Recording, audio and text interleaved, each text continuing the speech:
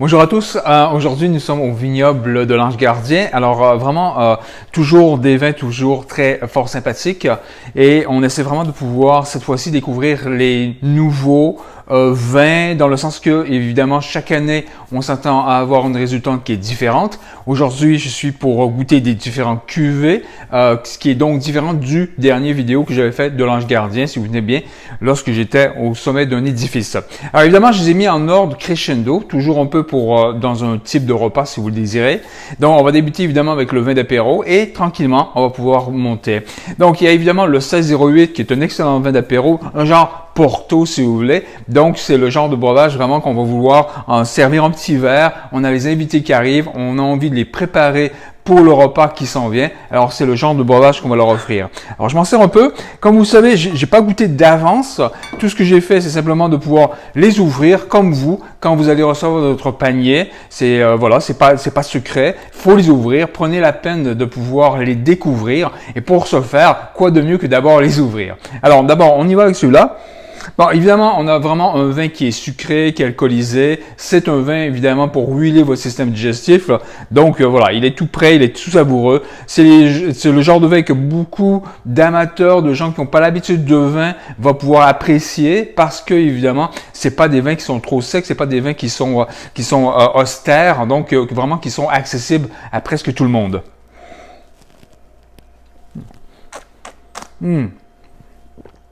C'est très très riche, c'est fort agréable, une belle complexité, c'est bien équilibré. Pour cette raison, c'est son équilibre qui fait que je vais servir en premier lieu et non pas à la fin. Parce que finalement, on peut servir tout seul et il ne va pas demander d'avoir de la nourriture pour aller avec. Mais on peut quand même le servir avec un fromage, un pâté ou ce genre de produit qui va pouvoir vraiment le compléter.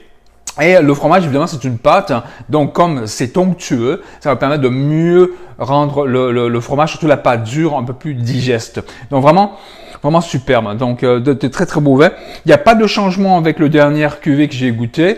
C'est un genre de produit qui va se garder pendant des années entamé ou même plus loin. Donc c'est pas le genre qu'on doit se dépêcher à pouvoir justement terminer. Entamer, ça peut évidemment. Moi j'en ai eu pendant environ 10 mois. Je le testais et il était tout aussi excellent que le jour que je l'ai ouvert. Donc vraiment très très beau produit. Super. Donc maintenant, on y va avec le genre de produit, l'Angeloise. Je vais changer de verre parce que là, je pars du sucré pour aller jusqu'au, évidemment, le sec. Donc l'Angeloise, toujours très très belle bouteille, fort agréable. J'en ai justement une autre cuvée qui est ouverte encore dans mon frigo parce que je peux garder ça pendant 6 semaines, 2 mois, voire entamé. Donc, moi, j'aime expérimenter. Là, il en reste à peu près la moitié et je vais attendre pour que son acidité s'estompe pour pouvoir justement ressortir ses saveurs qui, avec sa spécificité, donne quelque chose de vraiment magnifique pour aller surtout avec des produits de la mer, par exemple, étant donné pour accompagner sa minéralité. Alors, on y va. On va voir ce que ça donne. Bon, évidemment, ce sont, comme j'expliquais, un vin qui est plutôt minéral, c'est un vin qui est plutôt acide, donc on va vouloir avoir quelque chose qui va vraiment bien l'accompagner. Volaille peut-être moins, ça sera peut-être le demi-doux, mais davantage celui-là, fruit de la mer.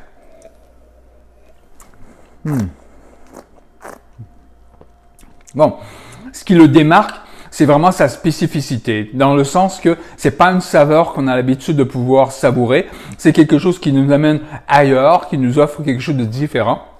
Et c'est ce qui fait vraiment fort agréable. Évidemment, ils n'ont pas été carafés, ils sont bruts, comme on pourrait expliquer. Donc, il faut absolument le mettre en carafe. Si vous voulez le voir pour qu'il soit bien, enlever les pics d'acidité, moi, ce que je ferais 24 heures en carafe avant de le servir facile. Après, vous venez pour y goûter. Si il vous plaît tel qu'il est, tant mieux. À ce moment-là, on pourra le servir, peut-être à des convives ou autres. Si vous voulez vraiment pouvoir l'adapter davantage à votre palais qui peut-être l'acidité pourrait être dérangeant, là, ça peut être même 48 heures en carafe. Ou moi, ce que je fais perso, c'est carrément de pouvoir en faire peut-être 8 heures et je vais les savourer au fil des 6 semaines qui suivent. Vous voyez, donc ça permet d'avoir quelque chose finalement de toujours prêt dans votre frigo. Voilà, ça c'est l'Angel. Vraiment un super produit encore une fois. Il n'y a pas tellement de changement avec l'autre, mais il y a quand même un peu au niveau de sa technique qui s'est vraiment il s'est amélioré. Il est meilleur finalement de ce qu'on retrouve. Et si vous avez l'opportunité de pouvoir les comparer, vous allez pouvoir vous-même vous en apercevoir. Donc on y va avec le demi-doux. Demi-doux pour moi c'est toujours un essentiel dans un repas. C'est celui qui va avec les pâtés, qui est le plus versatile, les volailles, le porc. Donc vraiment quelque chose vraiment voir. Demi-doux, bien évidemment, c'est la sucrosité dont on parle. Donc, on a un sec et ici, on a carrément le demi-doux. Alors, on y va. Donc, vous voyez, hein, et c'est un peu plus onctueux, encore une fois. Hein, on a un peu de sucrosité qui s'est présent. On va pas tellement y goûter en tant que tel. C'est pas un vin sucré. C'est un vin qui, évidemment, va avoir son acidité estompée quelque peu en le laissant avec un peu de sucrosité un peu plus élevée que le sec, tout simplement.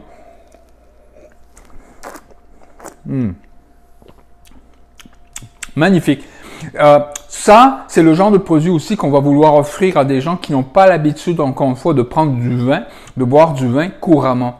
Ça, c'est davantage ce genre de truc avec lequel ils vont débuter, qui vont adapter, éduquer leur palais pour pouvoir s'ouvrir finalement à d'autres vins qui vont avoir peut-être des spécificités qui sont plus difficiles à acquérir. Mais ça, c'est sûr. On va avoir quelque chose qui va vraiment être versatile en plus de pouvoir vraiment s'adapter au palais plus juvénile. Magnifique, vraiment superbe. On y va avec le rosé. Évidemment, il y a l'été qui, j'espère, va bientôt débuter. C'est un peu frais là ce matin, c'est pas facile, surtout pas dans les vignes. Là, on y va avec le rosé.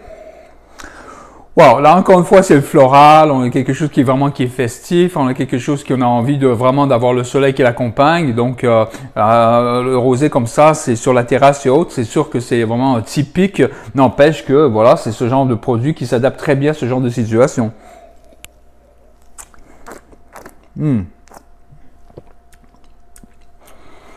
Wow. Là, ce qu'on va retrouver, c'est, vous savez, c'est pas le genre de rosé bonbon très sucré.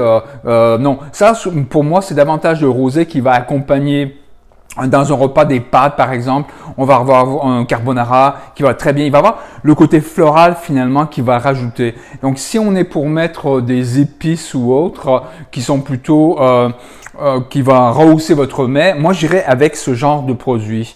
On peut aussi l'accompagner avec quelques fromages à pâte molle. Ça serait pas mal parce que évidemment son onctuosité est pas autant que le demi-doux, pas autant certainement que le 1608, mais juste assez pour pouvoir le rendre un peu plus intéressant. Pas pâte dure, ça passera pas. Mais par contre pâte molle, là on peut vraiment y aller avec ce genre de produit. On peut servir tout seul. Moi je pourrais facilement le faire. Vous voyez, l'équilibre, elle est tout près, hein, finalement. Hein. C'est un peu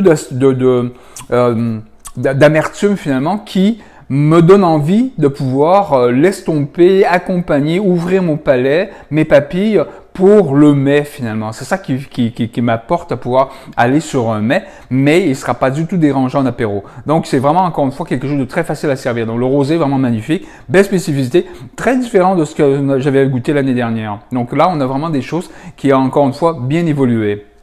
On y va maintenant avec le rouge. Donc ça, c'est le rouge qu'on avait Côte de Beaupré, qu'on avait l'habitude d'avoir à toutes les années. Donc, on a la nouvelle année qui est ici. J'ai adoré, hein. J'ai encore une fois quelques bouteilles moi à la maison parce que bon, j'aime bien découvrir, surtout au fil des années, surtout au fil des découvertes. Donc j'en ai carafé un par exemple il y a environ une année. Je l'ai ouvert récemment et il était vraiment magnifique. Il est vraiment très bien évolué. Et c'est ça qui est sympa à voir finalement parce que le vin est une matière vivante. On a envie de pouvoir le redécouvrir, le voir parce que à chaque fois il sera différent sur deux aspects. Il aura évidemment été transformé avec le temps, avec peut-être un peu de quantité d'air qui sera à l'intérieur, hein, vraiment très peu si on est pour le mettre en tant qu'au-dessus des épaules.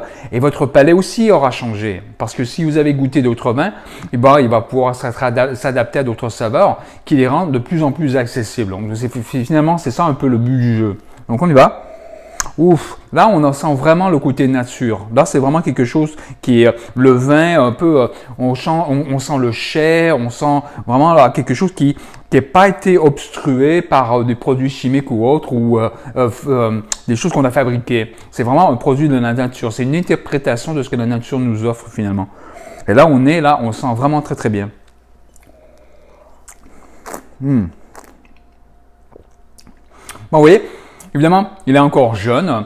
Donc, si on a envie de quelque chose de frais, jeune, pour aller accompagner, par exemple, encore une fois, une pâte, peut-être un porc, même une volaille, hein. On peut très bien aller avec ce genre de produit, mais je laisserai encore à bouteille pendant 3 à 4 ans. C'est là qu'on va vraiment avoir une onctuosité et le fruit qui va vraiment revenir sur la supérieure, la partie supérieure. Sera un peu plus prédominante. Donc, c'est là où ça sera vraiment intéressant. C'est sûr que je le caraferai aussi, mais il est très frais, très agréable. On s'attend vraiment à ce qu'il va vouloir rehausser notre mets. Vraiment très, très bien. Vraiment super. Maintenant, on arrive sur le réserve. C'est la première année qu'ils sortent leur réserve. Donc là, ils l'ont mis évidemment en barrique, environ des barriques américains pour à peu près 3 mois, pour leur donner une saveur évidemment un peu plus riche pour ceux qui aiment le côté boisé.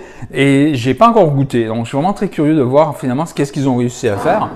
Ça permet de pouvoir vraiment compléter une très très belle gamme qu'ils ont déjà. C'est ça finalement un peu le but des vignerons, c'est d'être en mesure d'avoir une gamme qui va accompagner votre repas du début jusqu'à la fin. Et c'est sympa, on n'a pas à avoir qu'à servir qu'une seule bouteille, on sert un vin de chaque, on a bien mangé, on a bien bu, on a eu les vins qui accompagnaient tout notre repas, et c'est ça finalement qu'on a envie. Et on sait que ces vins, on va pouvoir les garder pendant toute la semaine, voire le mois, donc évidemment l'année carrément. Voilà, donc il n'y a pas besoin de se dépêcher de les terminer. Donc c'est ça finalement qu'on a envie de faire. Oui, alors là, on sent bien là, le côté boisé, hein, le côté un peu brut aussi.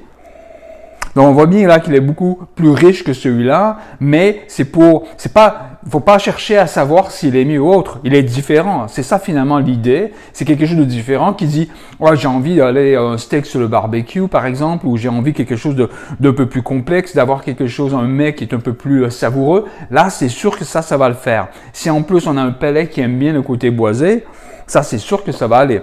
Là, on en voit qu'il y a un travail qui est un peu plus poussé. Mais encore une fois, c'est quelque chose de différent que le Côte de Beaupré.